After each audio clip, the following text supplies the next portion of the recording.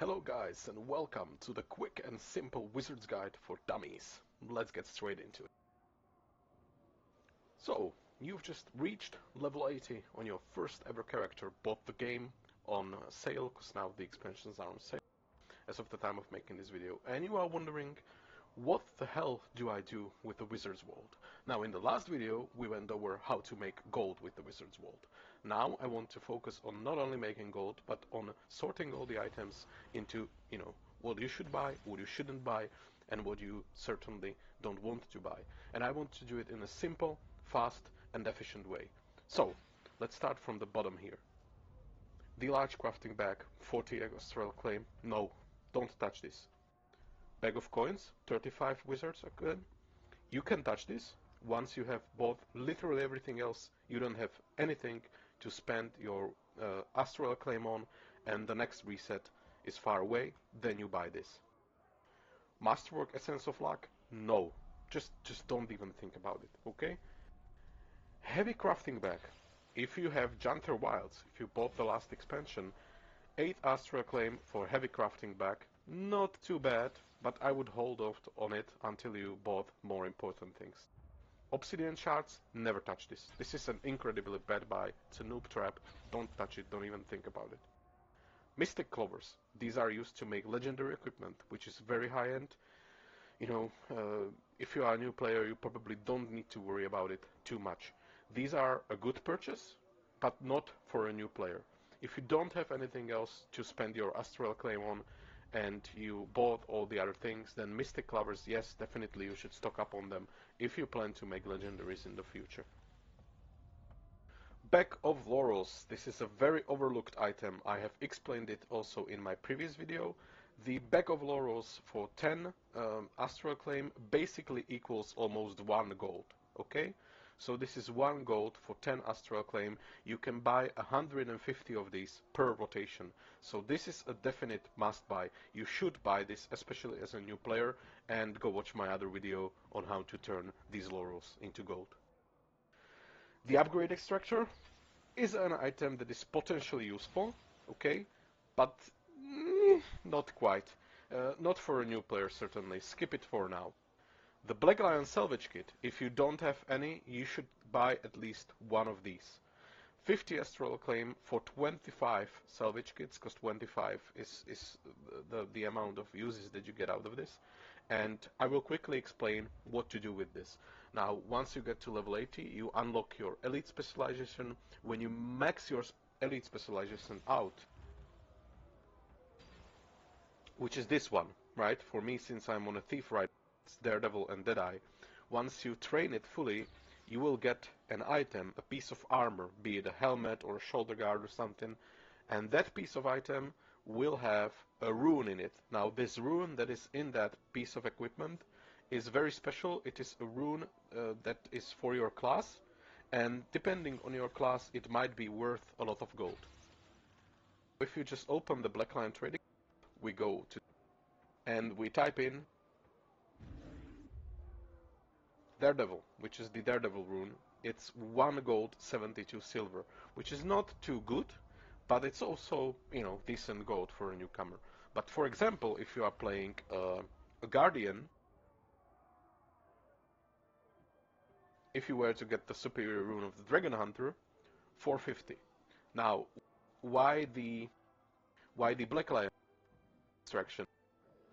Black Lion Salvage Kit, because the Black Lion Salvage Kit has a 100% chance of recovering upgrades except for infusions. So, a 100% guarantee that you will get the rune from the item. Now, if you were to salvage it with a regular kit that you buy from the merchant in the game, you might not get the rune. So, it is safer to use this Black Lion Salvage Kit and then sell the rune on the trading post to make some gold. And when you make more characters and you train their elite specializations, you can use that exact same salvage kit to extract the runes from them. It has other uses, but this will do for now. Build template expansion, no, just don't touch it. Unless you really need one, just don't touch it. Build storage expansion, another noob trap, don't touch it, it's stupid. Black Lion Mastery Coffer, now, this one is kind of overslept a bit on, I think. Used to be that you could sell these for gold, you can't anymore, but what this is pretty much Either it gives you a lot of XP for your masteries that you might still be training, so this is for example what I'm going to be using it for on this new account, to train masteries faster, or if you have already trained the masteries, this gives you spirit shards, and spirit shards can be turned into gold. More on that in another video. Just keep in mind that this is not a useless item. It is not a must buy, but it is not a useless item by far. Vision Crystal, if you are new, skip on it. There is other better things to buy. If you absolutely need a Vision Crystal for crafting, you can grab it, but this is 5 gold. You know, it's not that great. Revive Orbs, kind of the same thing. You will just naturally amass these as you play. I don't feel there is a need to buy them from the Wizard's Vault, so just skip them. Tome of Knowledge, this is the exact same scenario as with the Black Lion Mastery coffers. If you need spirit shards, then yes, you can buy them.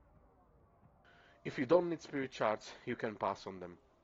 Bag of coins, these limited ones, you can buy 90 of them with 6 Astral Claim each. This is the number one first thing that you should be aiming for each rotation. Each and every rotation of the Wizard's Vault, you should buy this first. That's 540 Astral Acclaim, which you can get in 1 week of doing just the weekly quests for 90 gold. 540 Astral Acclaim for 90 raw gold, which is very good as a new player. Mystic coins, another must-buy item. 60 of these each rotation. You buy 60 of them for 700 Astral Acclaim or however much it is, and you can sell 60 of them for right about 120, 130 gold. I'm not sure about the price right now. Alright, so there are 2 gold, so yeah, exactly, 110 or 120 just sitting in the vault waiting for you. So that's already 200 gold that you can get straight away. Transmutation charges, these are for fashion, for applying skins from various armors onto your actual armors that you are wearing. Now, veteran players will tell you these are useless because you get them from Warby World, you get them from map completion, you get them from wherever. If I look into my wardrobe tab, I want to go remodel. You can see I have 2 transmutation charges, so I can only pick 2 items to remodel right now. So yes, if you are new, I would be buying these. I would be buying these until you have at least 60 or 70 of them stored so that you can change your fashion around. It is not too much Astral Acclaim, and it is definitely worth buying. Lesser Essence of Gold, literally never touch this. Doesn't matter if you're a new player or a veteran player, this is stupid, this is just a noob trap, don't touch this. Wizards Ascended Weapon Chests and Armor Chests. Another controversial subject, I would say. This weapon chest is a good deal. Because it is, if we look at this unlimited bag that you can buy, if you divide 600 Astral Acclaim by the number of these bags, you get around 18. Now 18 gold for an Ascended weapon is a good deal, and especially if you are a new player. The difference between exotic gear and Ascended gear is about 10%, and Ascended gear is as good as it gets in Guild Wars 2. So this is it, your first week playing. If you wanted to, you can already have the best weapon in the game, right? So this is something that you should definitely keep an eye on. The armor chests, I personally bought them here. Rotation, as you can see, I bought them, but these are mainly if you are interested in running fractals at higher tiers, which I won't get into because this is supposed to be simple and fast. So overall, the weapon chest, definitely grab it. The Ascended armor chest, depends. The armor is not that important. Now what about these other things in the Wizard World? How does it work? You get daily quests, you get weekly quests, and you get special quests. And depending on the game mode that you prefer, you can set it in settings so that you can get PvE, PvP, or World versus World, which is basically your Guild versus Guild, Alliance versus Alliance, large-scale PvP, PvE game mode. I prefer to have the PvE dailies and weeklies just for the simplicity of. But if you look at this, defeat 10 enemies while under an enhancement effect, defeat 5 veteran enemies, dodge 3 attacks, this is basically stuff that you can do in 10 minutes. Now for the weeklies, they are a little bit more difficult, but usually I run these weeklies on multiple characters, and one set of these weeklies, if you know what you are doing, takes about 1 hour to 1.5 hours to complete. Uh, but you can also, of course, complete them organically as you play. So you can get around 900 to 1,000 astral acclaim per week. And the rotation in the wizard world you can always check by going to the special tab and going to see how many days are remaining here. Now it means 143 days, so a little bit over 2 months until the next rotation when these rewards refresh, right? So these rewards, as you buy them, they will gray out and then they will get refreshed at the end of the um, rotation. And then once the next rotation is in, you can buy them again. So basically, that's why there is a priority to buying these things, and that's why I wanted to make this video to make a really fast and hopefully simple and easy to understand guide. And a bonus tip for new players at the end: if you have just bought Heart of Thorns and Path of Fire, like I did for this account, you have unlocked the Raptor mount, which is the only mount that you will have unlocked until you do the Path of Fire expansion, unless you do this one trick that I'm about to show you. What you do, you press your B button, opens up the World vs. World screen. You might have to pick a team. And now you can join World vs. World. Just join it from anywhere in the world, and you will get a pop-up screen like this. New mount acquired, the Warclaw.